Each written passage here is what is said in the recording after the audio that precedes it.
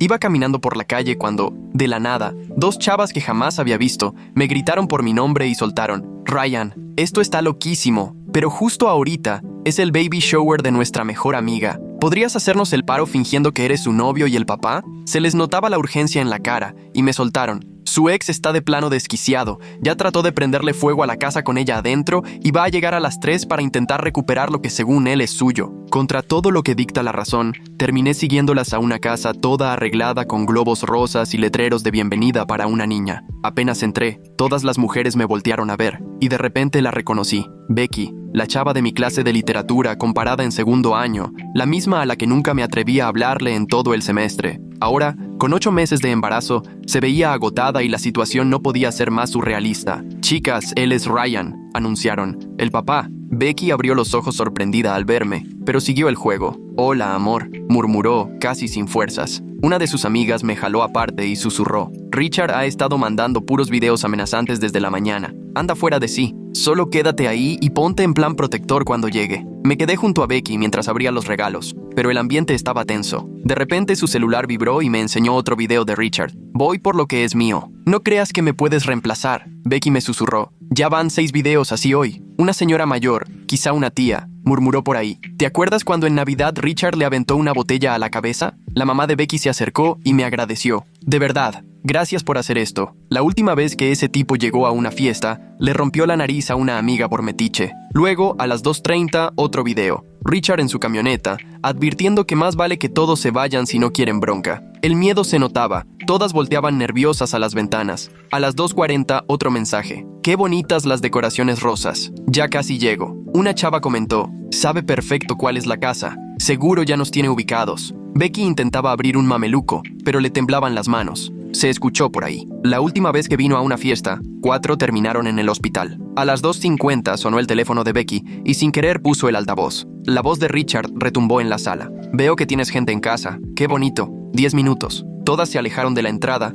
y las mujeres empezaron a meter a los niños a los cuartos de atrás. ¿Le hablamos a la policía?, preguntó la mamá de Becky. Ni van a venir hasta que pase algo, respondió alguien más. Ya lo intentamos antes. A las 2:55, Richard mandó una foto de la casa desde afuera. Conté como 20 coches. Espero que tu nuevo galán esté listo. Becky, nerviosa, se paró detrás de mí. El silencio era total. Lo único que se escuchaba era una caricatura de fondo. En punto de las 3, se oyó el motor de una camioneta afuera, música a todo volumen y luego un silencio denso. Pasos pesados en el porche, la puerta se abrió sin que nadie tocara y entró Richard como si fuera su casa, casi de mi tamaño, lleno de tatuajes en el cuello y brazos, camiseta de tirantes mostrando pura tinta militar. Barrió la sala con la mirada hasta encontrarme. ¿Tú eres el reemplazo? Su tono tranquilo daba aún más miedo. Vengo por Becky. Tú te largas. Se burló. ¿Contrataron guarura? ¡Qué tierno! No soy guarura. Soy el papá. Su cara cambió de burla a amenaza. ¿Qué dijiste? Becky salió tantito de detrás de mí. Oíste bien, Richard. Ese niño es mío, Becky. 4 años juntos. No, Richard.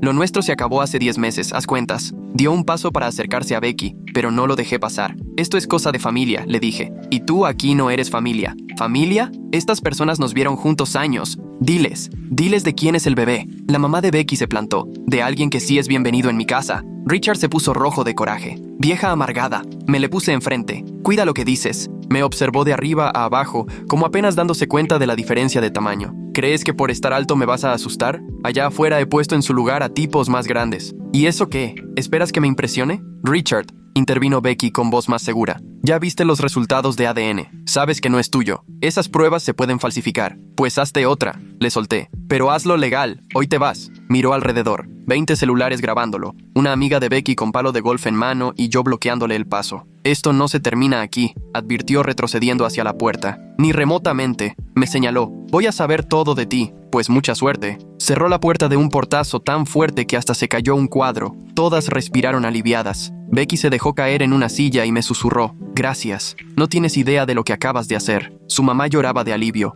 Ahora sí se fue. Nunca se iba así de fácil. Intentamos retomar la fiesta, pero el ambiente seguía tenso. Becky abrió un par de regalos más, pero ya sin ánimos. Como 20 minutos después, la acompañé a mi coche a buscar algo, solo para ver que las 4 llantas estaban ponchadas. No inventes, dijo Becky, y en ese momento sonó su teléfono. Un mensaje de Richard, con foto de mi placa. Ryan, egresado de Berkeley, 3612 Pine Avenue. Depto 6C. Nos vemos pronto, héroe. Sentí que se me helaba la sangre. Tenía mi dirección completa. Me quedé viendo la pantalla sin poder creerlo. Becky, a mi lado, temblando mientras veía las llantas, murmuró: «Perdón, Ryan. Todo esto es por mi culpa». Antes de que pudiera decir algo, todas las mujeres salieron de la casa y se pusieron a nuestro alrededor, como formando un escudo. Blake pasó entre el grupo, ya marcando al 911. «Sí, necesitamos una patrulla en 4782 Maple Street», decía, con voz urgente. Hubo daños y amenazas. Yo seguía viendo mis llantas. Cada una tenía 4 cortadas perfectas. Richard se tomó su tiempo, asegurándose de que no pudiera irme. Las mujeres a nuestro alrededor hablaban todas a la vez, entre preocupadas y molestas. 15 minutos después, llegó una patrulla. Era una oficial joven, quizá tendría unos 20 y tantos, y ya traía cara de cansancio. Ella tomó fotos de las llantas, apuntó lo que pasó, pero con solo verla entendí que esto no iba a llegar a ningún lado. «¿Entonces te mandó amenazas por mensaje y además te dañó la propiedad?»,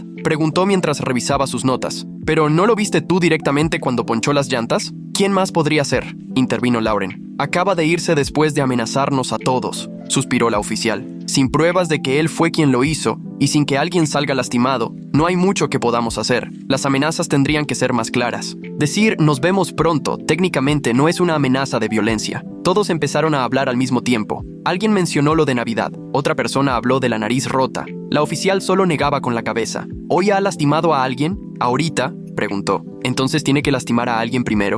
¿Eso nos está diciendo?». La voz de Blake sonaba dura. «Lo siento, así es la ley. Puedes pedir una orden de restricción». «Eso ya lo intentamos», murmuró Becky. Su abogado consiguió que la última la invalidaran. Dijo que yo lo hacía por despecho porque estoy embarazada. La oficial se fue después de darme un número de caso para el seguro. Nos quedamos todos en la cochera sin saber muy bien qué hacer. Lauren fue la primera en romper el silencio. «Te llevamos a tu depa. Tienes que recoger tus cosas. No puedo pedirles que...». «No estás pidiendo nada», me interrumpió Samantha. «Te estamos diciendo, vámonos». Becky me agarró del brazo cuando me di la vuelta para irme. «No puedes regresar ahí, no para quedarte. Él sabe dónde vives». Su mamá asintió. «Te quedas aquí esta noche. Hay cuarto de visitas». Quise discutir, decir que este no era mi problema, que ya había hecho suficiente. Pero al ver el miedo en los ojos de Becky, supe que ya había cruzado la línea. Ya no había vuelta atrás. El camino a mi departamento fue en silencio. Lauren manejaba y Samantha iba revisando los espejos, asegurándose de que nadie nos siguiera. Cuando llegamos, el edificio se veía igual que siempre, pero todo se sentía diferente,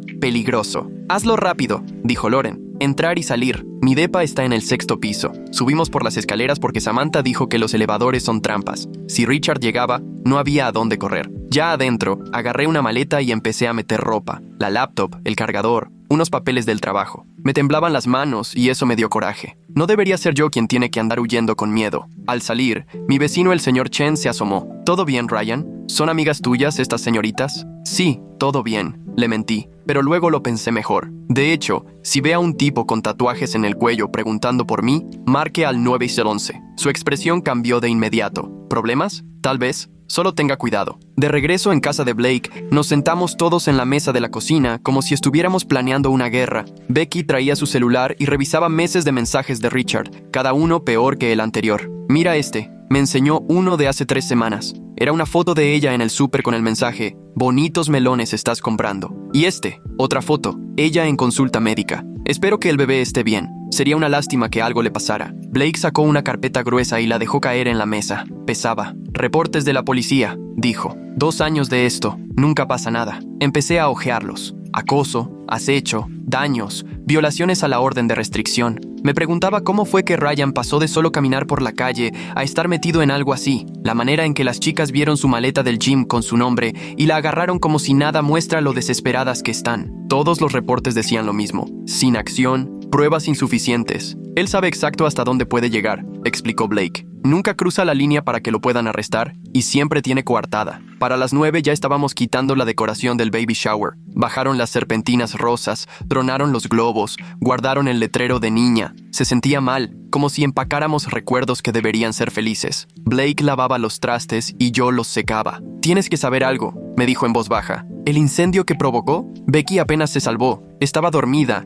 Se despertó por el humo. Si su roomie no hubiera llegado temprano...». No terminó la frase. «No hacía falta. El investigador dijo que fue falla eléctrica», siguió. «Pero nosotras sabemos. Richard, según él, estaba en un bar con amigos. Todos lo cubrieron. Siempre tiene a alguien que miente por él. Sonó mi celular. Número desconocido. Dudé, pero Blake me hizo señas para contestar. ¿Bueno? ¿Ryan? ¿Amigo? La voz de Richard sonaba amable, como si fuéramos compas de toda la vida. Mira, creo que empezamos con el pie izquierdo. ¿Por qué no nos vemos? Solo tú y yo, y platicamos como hombres. Volteé a ver a Blake, que ya tenía papel y pluma. Puse el altavoz. No creo que sea buena idea, Richard. Ándale, hombre. Se ve que eres sensato. Esto es un malentendido. Becky y yo tenemos historia, ¿sabes? Las parejas a veces discuten. No son pareja. Terminaron hace 10 meses. Su voz cambió. Se puso dura. ¿Eso te dijo? Déjame adivinar. ¿También te dijo que el bebé no es mío? La prueba de ADN me lo dijo. Hubo un silencio incómodo. Después, Richard se rió, pero para nada sonaba feliz. Esas pruebas a veces fallan. Los laboratorios se equivocan.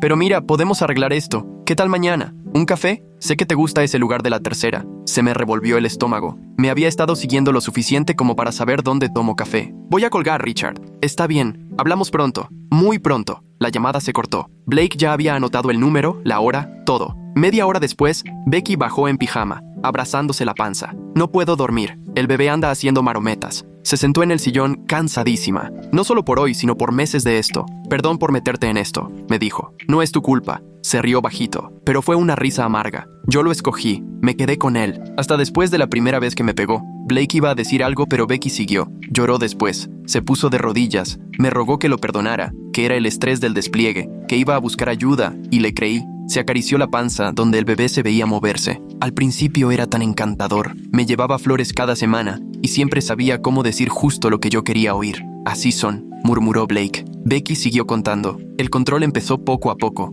No soportaba a mis amigas. Decía que mi ropa era demasiado provocativa y se enojaba si no le contestaba rápido. Cuando abrí los ojos, ya estaba completamente metida en su red. Al día siguiente desperté en el sillón de Blake, con la espalda molida y el cuello todo tieso, pero eso era lo de menos. Escuchaba a Blake hablar por teléfono, caminando de un lado a otro, con la voz tensa, bien enojada. No entiendes. Esto va subiendo de tono. Lo de ayer fue solo el principio. Sí, aquí espero. Tapó el teléfono y me echó una mirada. Era la abogada. Richard había mandado correos en la madrugada. ¿Correos? A todos. Al jefe de Becky, al casero, a sus primos. Hasta encontró a sus amigas de la prepa en Facebook. Está diciéndole a medio mundo que Becky está loca, que le quiere quitar a su bebé. Becky bajó las escaleras despacio, con una mano en la espalda. Quiere arruinarme la vida. Su plan es que me quede sin nadie, sin ningún lugar a donde ir más que volver con él. Cuando Blake regresó la llamada a la abogada, ella solo confirmó lo que ya sospechábamos. Es difamación, sentenció. Blake repitió, táctica común. Primero te destruyen la reputación para su siguiente movida. A mediodía ya estábamos en la estación de policía.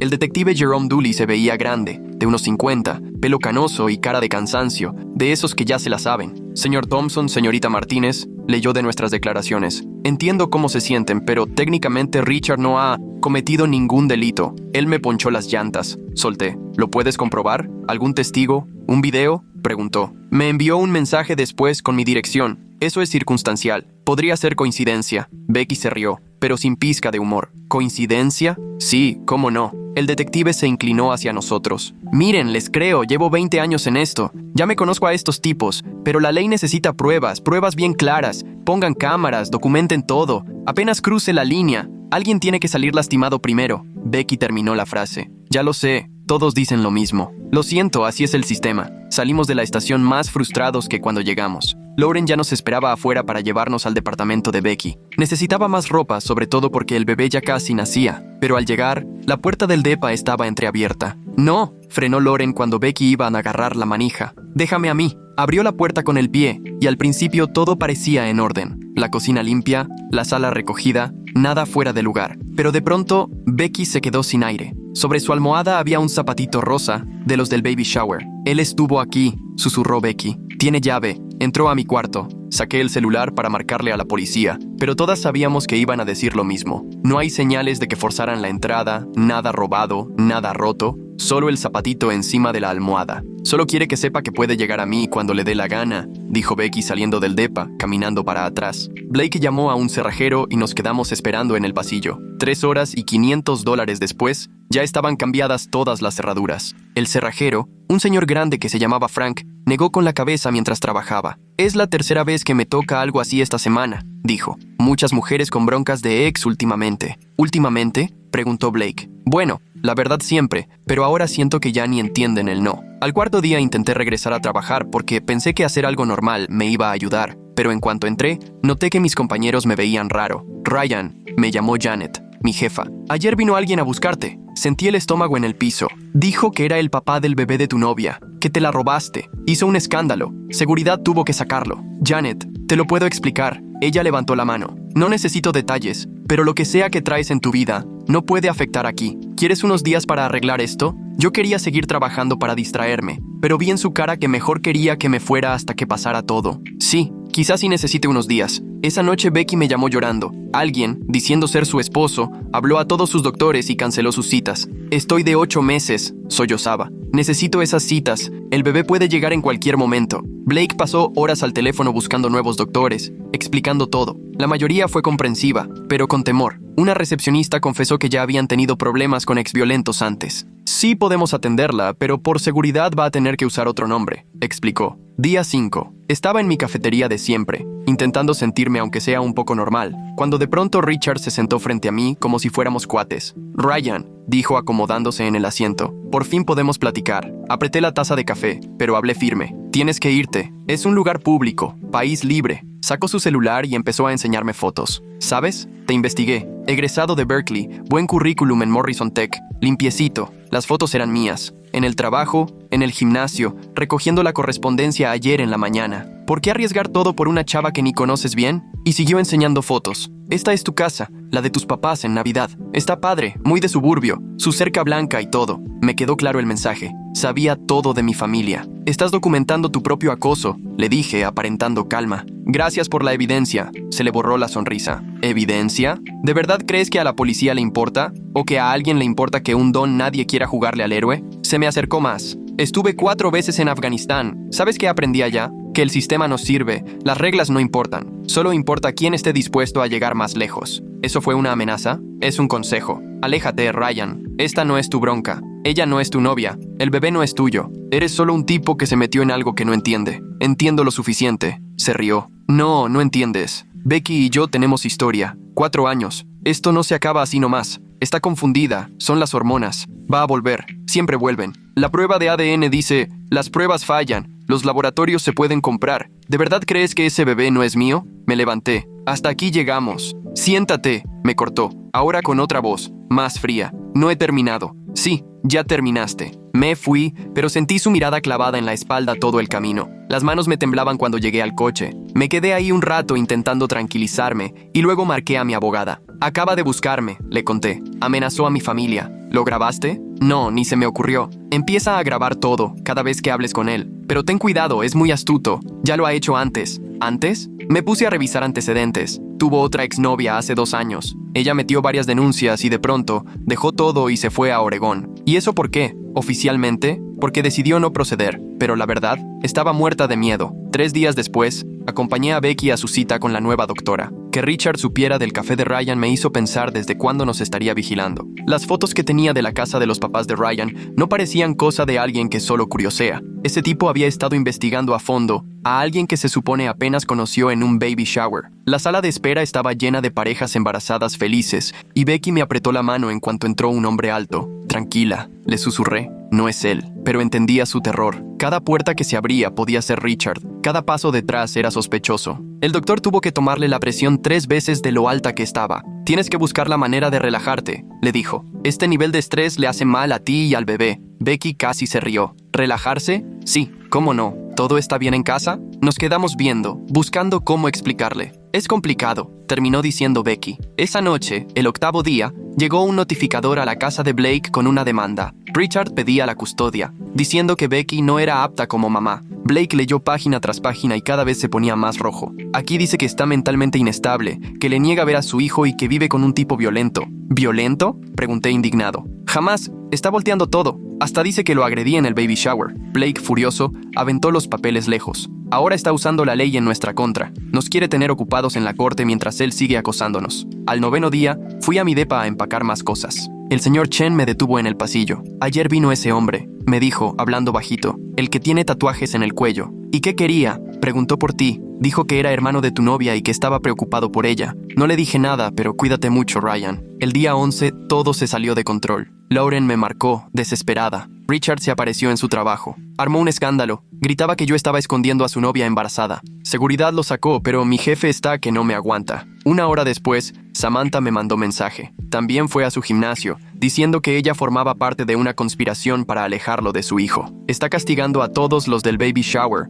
dijo Becky cuando se enteró. A todos los que me ayudaron. Esa noche, nos juntamos en la casa de Blake. Becky, Blake, Lauren, Samantha y yo. Tratábamos de cenar como si nada, pero de pronto se oyó un ruido fuertísimo. El vidrio de la sala estalló. Después, otro golpe y otro. Ladrillos volaban por las ventanas. ¡Al suelo!, grité, jalando a Becky para protegerla. Seguían los golpes. La ventana del frente, la de la cocina, vidrio volando por todos lados. Becky se cubría la panza llorando. Blake ya estaba hablando al 911. De pronto, todo se quedó en silencio. Solo se escuchó el motor de una camioneta arrancando y las llantas rechinando al irse. ¿Todos están bien?, pregunté mientras ayudaba a Becky a levantarse. Tenía un corte pequeño en la mano, nada grave, pero todos estábamos en shock. La sala quedó hecha pedazos, vidrio y ladrillos por todos lados. La cámara del vecino lo grabó todo. La camioneta de Richard, clarita, él lanzando los ladrillos y luego huyendo. Por fin, dijo Blake cuando llegó la policía. Ahora sí tenemos pruebas reales. El detective Dooley llegó él mismo. Lo arrestamos mañana, avisó, viendo el destrozo. Esto ya es vandalismo grave, agresión con arma peligrosa.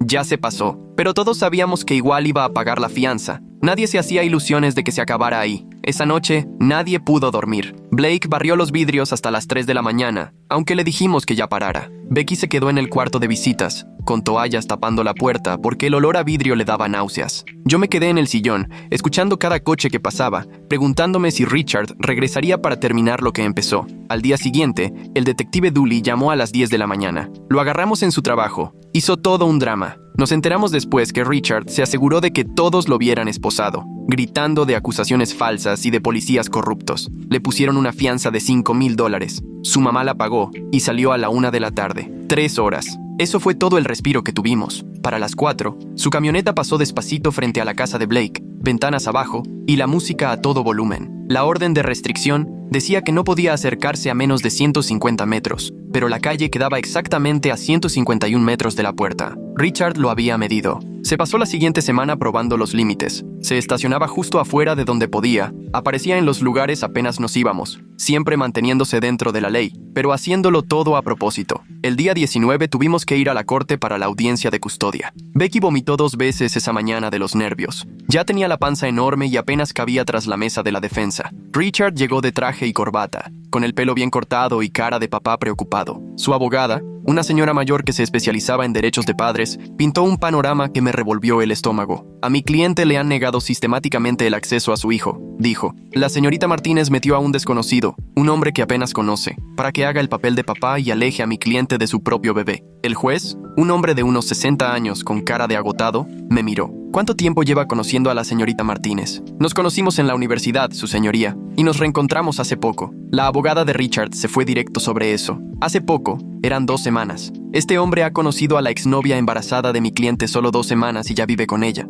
No vivo con... Se ha estado quedando en la casa de la mamá de ella, jugando a la familia, confundiendo al hijo que ni siquiera ha nacido. El juez ordenó una prueba de paternidad después del nacimiento y visitas supervisadas si Richard resultaba ser el papá. Becky corrió al baño al salir y la escuché vomitar otra vez, mientras Blake le sobaba la espalda. Va a tener acceso a mi bebé, repetía Becky entre lágrimas. Al final, le van a dar acceso. 2 días después, el detective Dooley me sugirió quedarme en otro lado. Tu presencia lo empeora todo, me dijo. Richard te ve como el obstáculo. Si no estás, tal vez se calme. Me fui a un hotel de mala muerte por la carretera 9. Cobraban $40 la noche. Apestaba a cigarro, pero al menos estaba lejos de la casa de Blake. Becky no dejaba de mandarme mensajes. Cualquier ruidito la ponía nerviosa, y cada coche que pasaba podría ser Richard. En el día 22, Richard empezó su show en redes sociales. Publicaciones en Facebook llorando porque no lo dejaban ver a su hijo. Fotos viejas de cuando estaba con Becky, ella sonriendo en una playa. Así éramos antes de que perdiera la cabeza. Puso, ahora ni siquiera me permite sentir las pataditas de mi bebé. Extraños dejaban comentarios horribles sobre Becky. Le decían egoísta, cruel. Aseguraban que usaba a la bebé como arma. Lauren y Samantha reportaban cada post, pero Facebook siempre salía con que no rompía ninguna regla. Para el día 25, a las 3 de la mañana, mi teléfono sonó. La voz de Blake se escuchaba alterada, llena de pánico. Está en labor, Vamos al memorial, me dijo. Me vestí como pude y manejé rapidísimo. Seguro iba al doble del límite. Las encontré en el área de maternidad. Becky apretaba la mano de Blake en cada contracción. Se veía tan chiquita y asustada. «Viniste», me dijo entre susurros mientras aguantaba el dolor. «Claro que vine», le contesté. 1 hora después llegó Richard. Se oía desde el pasillo gritando que tenía derecho a estar en el parto. «Es mi hijo el que va a nacer. Tengo derechos», alegaba. Seguridad lo dejó en la sala de espera, pero su voz se colaba hasta donde estábamos. Becky se puso tan mal de los nervios que las enfermeras ya estaban preocupadas. Nos mudaron a un cuarto más lejos, pero de repente todavía se oía a Richard gritar sobre sus derechos y que lo estaban discriminando. Cassandra nació a las 9:23 de la mañana, justo cuando Richard estaba transmitiendo en vivo desde la sala de espera. «No me dejan estar en el nacimiento de mi hija», le decía a su celular. Así es como nos tratan a los papás en este país. Cuando seguridad intentó frenarlo para que no entrara, se metió a empujones y llegó hasta la ventana del cunero antes de que 3 guardias lo sacaran. Becky abrazó a Cassandra con todas sus fuerzas, llorando, no de felicidad, sino de puro miedo. Al día siguiente, Richard metió una solicitud urgente para la custodia. Su abogado decía que no dejar a un papá ver a su recién nacida era maltrato. Tocó otro juez y de inmediato ordenaron prueba de paternidad. Le sacaron sangre a Cassandra cuando ni tenía 2 días y Becky lloraba sin poder evitarlo al ver cómo le picaban su piecito. Los resultados iban a tardar 1 semana. Salimos del hospital al día 28 y ahí estaba Richard, sentado en su troca en el estacionamiento, bien tranquilo. No había nada ilegal, era un lugar público. Hasta nos saludó cuando pasamos, con esa sonrisa falsa que traía desde el café. La casa de Blake ya no se sentía igual con una bebé. Los llantos de Cassandra en la madrugada, el olor a fórmula, la ropita por todas partes. Yo iba a diario a ayudar,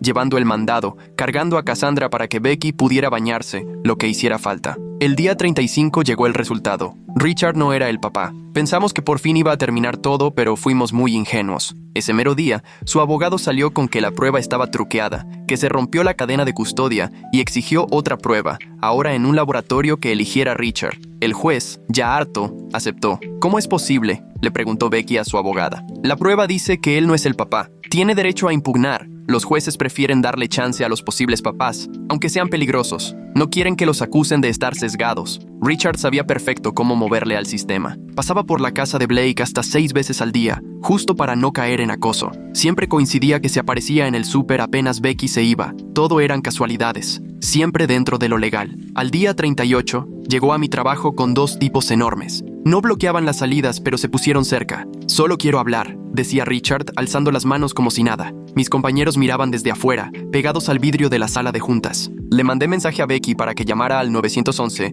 y yo entretenía a Richard, hablándole del clima, deportes, lo que fuera para dar tiempo. «Sabes que solo te está usando, ¿verdad?», me dijo Richard. «En cuanto esto pase, te va a dejar. Solo eres un accesorio». Sus amigos se acercaron, no me tocaban, pero se sentían pegados, apestando a cigarro. Que el detective Dooley haya sugerido que Ryan se fuera me hace pensar si de verdad ayudó o solo empeoró todo. ¿Richard se puso más valiente sin Ryan ahí para cuidarlas? Justo cuando uno de los tipos me puso la mano en el hombro, llegó la policía. Al final no pasó nada. Todos se fueron sin cargos. Solo fue otro malentendido. Mi jefa me llamó a su oficina después. «Esto ya no puede seguir así», me dijo. «Lamento tu situación, pero aquí no podemos tener estos problemas. O te tomas un permiso o busca otro trabajo». Día 39. La segunda prueba de paternidad también salió negativa para Richard. Su abogado otra vez quiso pelear lo de la custodia de la muestra, pero el juez ya estaba harto. «Señor Thompson, ya tuvo 2 pruebas independientes. Las 2 dicen que no es el papá biológico. Si vuelve a presentar otra moción por este asunto, lo voy a sancionar».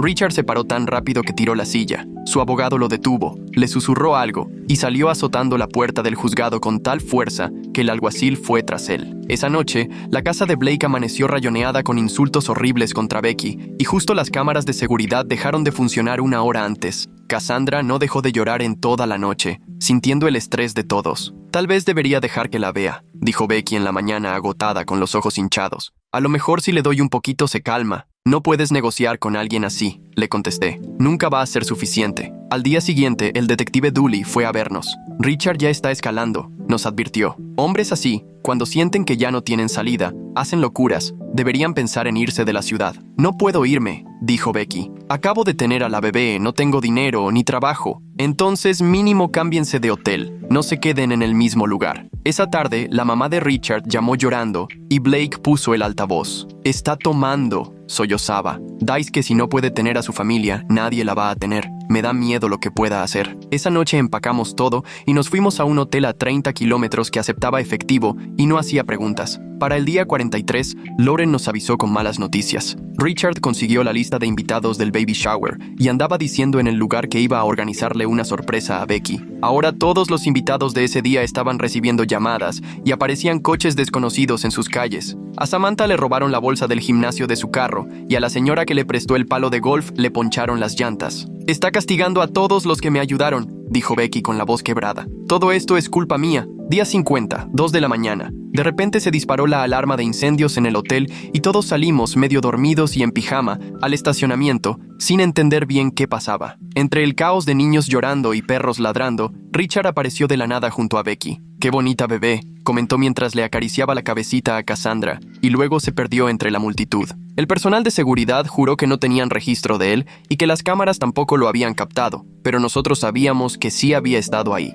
Nos quería dejar claro que podía encontrarnos donde fuera. Ese mismo día, temprano, tomé una decisión. Marqué a Richard directo. Contestó al primer tono, como si me estuviera esperando, listo para hablar cara a cara. «Nos vemos en el parque Riverside a las 2. Solo tú y yo. ¿Ya te animaste, héroe? Pero ven solo». No le conté nada a Becky. Sabía que me iba a detener, pero algo tenía que cambiar. No podíamos seguir viviendo con miedo. A las 2 en punto estaba sentado en una mesa de picnic en medio del parque, rodeado de gente. Richard llegó, pero no solo. Traía a 2 amigos, aunque había jurado venir solo. «Claro», dijo con descaro, sentándose enfrente de mí. «Así está el asunto. Tú te largas, dejas de jugar al papá, y yo dejo en paz a Becky hasta que a ella le caiga el 20 de que me necesita. Al final todas regresan cuando tienen hijos, necesitan ayuda. Y si no, entonces las cosas se te van a complicar. Tus papás en Modesto, bonita casa. Tu hermana es maestra de tercero, ¿no? También tiene buenos niños en su salón». Saqué mi celular y le mostré que tenía todo grabado. «Acabas de amenazar a mi familia en audio». Sus cuates intentaron arrebatarme el teléfono, pero me eché para atrás y la gente alrededor empezó a notar el pleito. Richard se puso rojo de coraje. «¿Crees que esto te va a servir de algo? Conozco jueces, abogados. Yo sé cómo funciona este rollo. Tal vez, pero es suficiente para denunciarte por acoso agravado si se suma a todo lo demás». Esa tarde le llevé la grabación al detective Dooley, que la escuchó 2 veces y fue tomando nota. «Con esto combinado con el resto, puede que tengamos lo suficiente para cargos de acoso agravado. Lo detenemos mañana temprano». No le conté nada a Becky todavía. No quería ilusionarla si algo salía mal. Esa noche volvimos a un hotel diferente, más cerca del centro. Becky y Cassandra dormían en la cama y yo me acomodé en el piso, pegado a la puerta. Como a las 3 de la mañana, escuché ruidos en la puerta que conectaba con la habitación de al lado. El seguro tronó y la puerta se abrió. Era Richard. Traía en la mano el cuchillo que Becky había usado para cortar el pastel en la fiesta de bienvenida de Cassandra. Becky gritó y abrazó a la niña. Richard fue directo hacia ellas, pero yo me le aventé de lado y nos estampamos contra el mueble de la tele. El cuchillo salió volando. Aunque Richard era fuerte y se notaba que sabía pelear, yo era más grande y tenía algo más importante por lo que luchar. Rodamos por el piso, soltando golpes y tirando todo a nuestro paso, hasta que me agarró del cuello con ambas manos. Le metí una rodilla al estómago justo cuando entró seguridad. Richard alcanzó a agarrar el cuchillo otra vez, pero 3 guardias lo separaron de mí. Él gritaba sobre sus derechos, sobre su hija, sobre cómo le habíamos arruinado la vida. Llegó la policía en minutos. Esta vez la cosa era distinta. Allanamiento, agresión con arma, intento de secuestro. Todo quedó grabado en las cámaras del hotel. ¿Ya se terminó todo esto de verdad?, preguntaba Becky, abrazada a Cassandra mientras daba su declaración. ¿No puede salir bajo fianza esta vez? No, ahora sí se queda adentro, le aseguró el detective Dooley. Día 81. El juicio de Richard y la sala repleta de mujeres. No solo las de la fiesta, también otras que lo conocían. Hasta su ex de hace 2 años vino desde Oregón para declarar. Contó meses de acoso y cómo tuvo que irse lejos para escapar. Una a una, las mujeres contaban la misma historia. Al principio era un encanto, luego se volvió controlador y al final, violento si intentaban dejarlo. Richard, con el uniforme naranja, ya no parecía ese papá preocupado. Su abogado intentó la de siempre, problemas de salud mental por el ejército, pero el juez no se la compró. 8 años de cárcel. Becky lloró de alivio al escuchar el veredicto. Cassandra ni se enteró. Durmió todo el juicio en su portabebé. Día 95, me estaba mudando de departamento. El anterior ya no se sentía mío. No después de saber que Richard estuvo ahí espiándome. Becky y Cassandra vinieron a echarme la mano a desempacar. Fue raro. Lo que nos unía era la crisis. Y ahora que había pasado, no sabíamos bien cómo tratarnos. Nos salvaste la vida, me dijo Becky, abrazando a Cassandra mientras yo armaba un librero. No sé cómo agradecerte. No tienes que agradecerme. Claro que sí. Tú no tenías ninguna obligación. Pudiste haberte ido desde el primer día. No, le respondí. No podía. Nos quedamos un rato en silencio, hasta que Cassandra me extendió los brazos desde los de Becky. La cargué y de inmediato me agarró la nariz riéndose. «Te tiene cariño», murmuró Becky. Día 125, Becky me mandó un video de Cassandra riéndose de algo en la tele. Últimamente platicábamos más, de cosas sencillas, normales. Becky me contó que ya estaba durmiendo más tranquilo. Me di cuenta de que las extrañaba más de lo que imaginé. ¿Quieres salir por un café un día?, le escribí. «Cuando tengas quien te cuide a Cassandra, me encantaría», me contestó. Día 140, nos encontramos en el súper de pura casualidad. La primera vez que nos veíamos porque sí y no por algún plan. Cassandra iba en su carriola, jugando con un muñequito, y cuando me vio, estiró los brazos pidiéndome que la cargara. «Sí se acuerda de ti», dijo Becky sonriendo. «No hace eso con cualquiera». Hicimos las compras juntos, sin decirlo, platicando de cosas normales. El clima, películas, cómo Cassandra ya empezaba a gatear. Todo se sentía tan fácil y natural. En la caja, la cajera nos dijo: «Su hija es adorable». Ninguno la corrigió. El día 147 fue el primer cumpleaños de Cassandra, ahora en la casa de Blake, pero con alegría de verdad, no miedo. La sala estaba llena de gente que se volvió familia a través del dolor compartido. Lauren y Samantha también fueron, junto con otras mujeres de esa primera y terrible fiesta. «Ya eres de la familia», me dijo Blake, dándome un abrazo fuerte. «Después de todo esto, eres de los nuestros». Ese día Cassandra dio sus primeros pasos, caminando entre Becky y yo mientras todos aplaudían y sacaban fotos. Por un instante, la fiesta fue tan feliz como debió ser desde siempre. De repente, sonó el celular de Becky. Llamada de la cárcel. Vio el número y la rechazó. «Hoy no vamos a arruinar este día», dijo. Al día siguiente me habló el detective Dooley. Richard salió herido en una pelea en la cárcel. Quiso controlar a la persona equivocada y terminó en la enfermería. Se va a recuperar, pero va a estar un buen rato aislado. «Difícil sentir lástima por él», comentó Dooley. Y sí, pero también sentí otra cosa, alivio, porque por fin estaba aprendiendo que todo lo que hacía tenía consecuencias. Para el día 178, Becky y yo ya éramos pareja de verdad. Fue algo que se fue dando poco a poco, primero por todo lo que habíamos pasado juntos, pero terminó convirtiéndose en algo auténtico. Cassandra ya me decía Ray.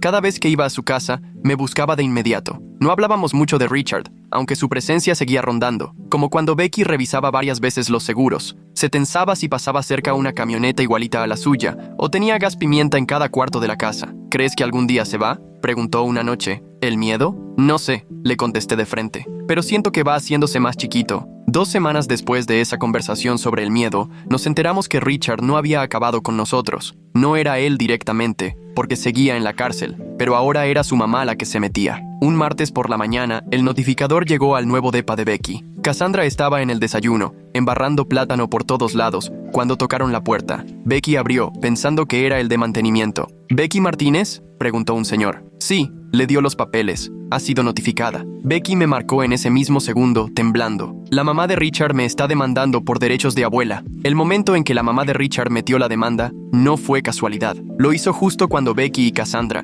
apenas empezaban a sentirse seguras otra vez. Que antes les llamara llorando porque Richard estaba tomando ahora se sentía muy diferente, sabiendo que después venía la demanda. Lo que quería era visitas con Cassandra. Fui en friega. Los papeles parecían libro, llenos de palabras legales, pero el mensaje era claro. La mamá de Richard decía que tenía derecho a ver a su nieta y que Becky se lo negaba por puro coraje. «Pero las pruebas de ADN», le dije mientras revisaba. «Richard ni es el papá. Ella dice que tiene lazos emocionales», suspiró Becky. «Dice que se preparó para este bebé, que compró cosas, que ya tiene una relación establecida». «¿Cuál relación? Si ni siquiera conoce a Cassandra». Blake llegó como 1 hora después con la abogada. Revisaron todo, hicieron apuntes. «Esto es acoso a través de terceros», dijo la abogada. «Richard no puede demandar desde prisión, así que usa a su mamá, pero ella no tiene ni cómo pelear. Las pruebas de ADN son clarísimas». 3 semanas después, el caso fue desechado. El juez apenas dejó que la mamá de Richard dijera un par de cosas antes de echar abajo todo. Pero aún así tuvimos que presentarnos, pagar abogados, volver a abrir heridas. Richard, aunque estuviera encerrado, seguía encontrando maneras de meterse en nuestras vidas. Después de eso pasaron 6 meses bastante tranquilos. Becky y yo ya teníamos rutinas. Cenas los domingos en casa de Blake, llevar a Cassandra al parque,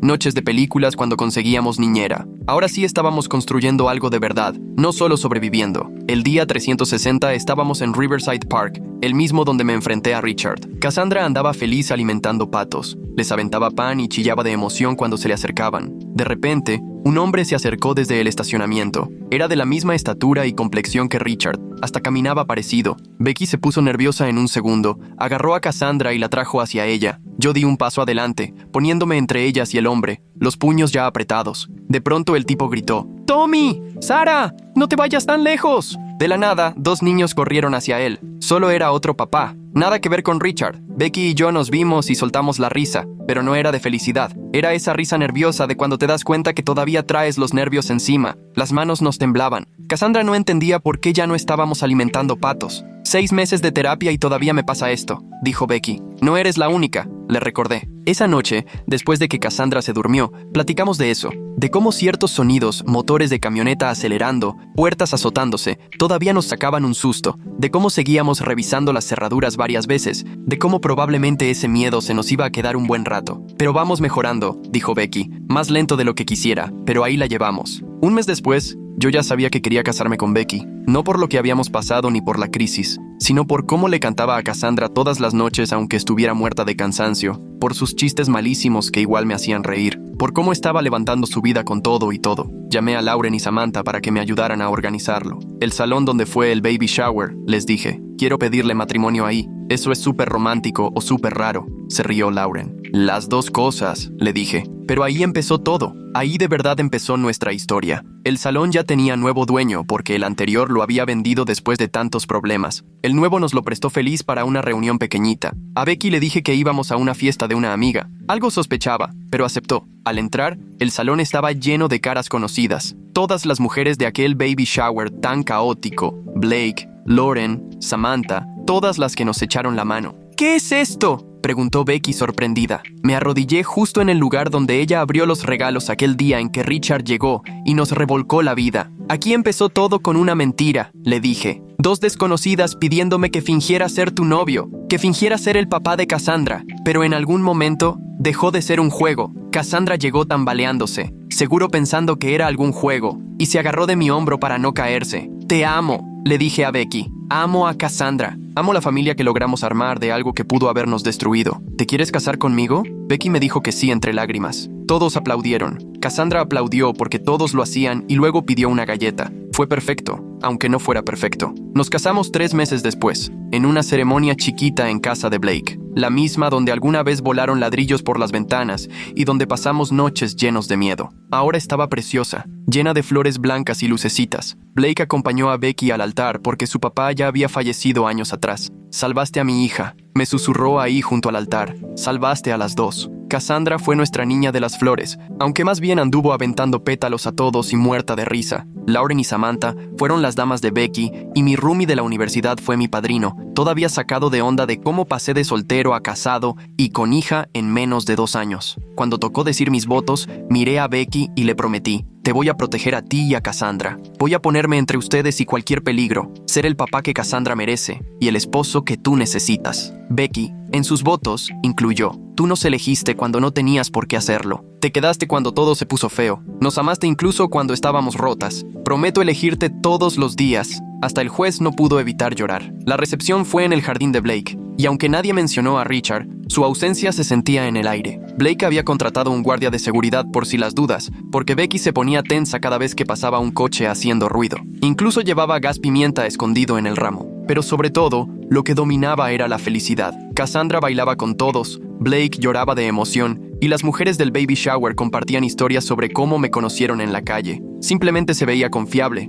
dijo Lauren en su brindis, como alguien que iba a estar ahí. Y teníamos razón. 2 años y medio después de la condena de Richard, recibimos la carta. Tenía la posibilidad de salir antes por buena conducta, por tomar cursos de control de ira, porque cumplió con todo lo que le pedían. Los está manipulando, dijo Becky, arrugando la carta. Igual que me manipuló a mí. Tuvimos que testificar en la audiencia, igual que las demás víctimas. Incluso la mujer de Oregón voló para estar presente, y llegaron otras 2 exnovias que ni siquiera conocíamos. La sala estaba llena de mujeres que Richard había lastimado. Una a una, explicamos por qué no debía salir, sus patrones, cómo iba escalando, cómo había aprendido a burlar el sistema en vez de cambiar. Richard estaba ahí, con su uniforme naranja, más pequeño y envejecido de lo que recordaba. Pero cuando miró a Becky, tenía esa misma mirada fría y enojada. Su mamá también estaba en la sala, mirándonos con odio. Cuando negaron la libertad condicional, se levantó y gritó: «Le arruinaron la vida», y le reclamó a Becky: «Él te amaba, Solo quería estar con su familia. Los de seguridad la tuvieron que sacar mientras seguía gritando que habíamos destruido a su hijo.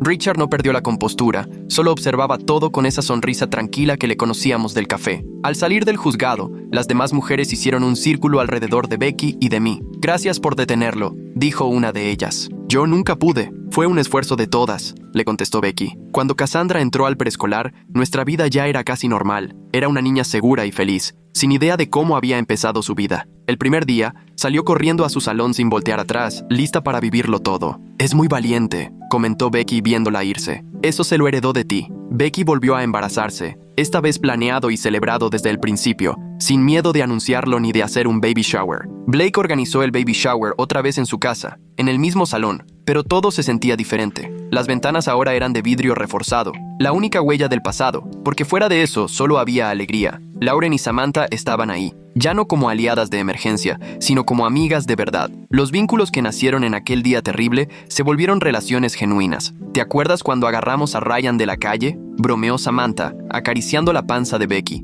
«La mejor decisión al azar de la vida». «No fue al azar», corrigió Lauren. «Lo elegimos. Somos buenísimas para conocer a la gente». El baby shower fue maravillosamente aburrido, sin dramas, sin estar viendo la hora, sin nadie usando palos de golf como armas, solo mujeres comiendo pastel y jugando juegos tontos de adivinar sabores de comida para bebé. Cuando tocaron la puerta, la única que se puso tensa fui yo, pero solo era el repartidor de pizzas que Blake había pedido. Aún así, ese reflejo de miedo probablemente nunca se irá del todo. Siempre estará enterrado pero listo para salir. Nuestro hijo nació 2 meses después y le pusimos Marcus. Cassandra estaba fascinada, no lo soltaba, siempre quería cargarlo, darle de comer y enseñarle sus juguetes. Marcus tenía 2 años cuando Cassandra empezó con preguntas más complicadas. Tenía 5, era lista y notaba las diferencias de las que hablaban otros niños. Le estábamos enseñando a andar en bici afuera de la casa. Yo corría a su lado sujetando el asiento y de repente se detuvo y preguntó: «¿Por qué Marcus no tiene otro papá?» Emma en la escuela tiene 2, su papá de antes y su papá nuevo. Becky y yo ya habíamos hablado de esto con terapeutas.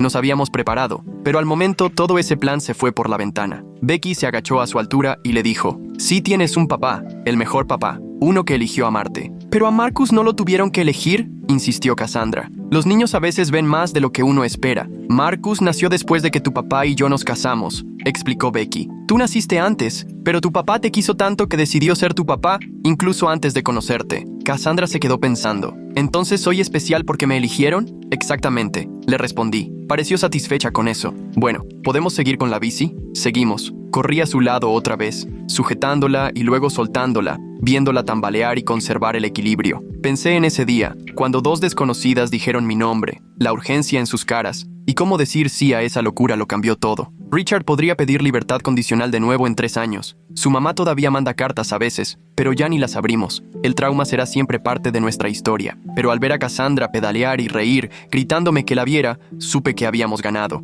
Esa pregunta de Cassandra sobre por qué Marcus no tiene otro papá muestra cómo los niños se fijan en todo. A veces me pregunto si llevaba tiempo pensando en eso, o si simplemente se le ocurrió mientras aprendía a andar en bici. No porque Richard esté en la cárcel, no porque ahora estemos a salvo, sino porque logramos construir algo hermoso después de tanto dolor. «¡Papá, mira, sin manos!», gritó Cassandra, y casi se cae. Corrí para alcanzarla, como siempre lo haré, como decidí hacerlo desde ese primer día. A veces, las mejores familias son las que se eligen, aunque esa elección empiece con un desconocido pidiéndote que mientas, que finjas, que te metas en un problema que ni entiendes. Volvería a tomar la misma decisión siempre. Bueno, amigos, ahora sí llegamos al final por hoy. Me encantó compartir todo esto con ustedes y espero que hayan disfrutado las preguntas tanto como yo. Si pueden, denle like al video. De verdad, ayuda muchísimo más de lo que se imaginan.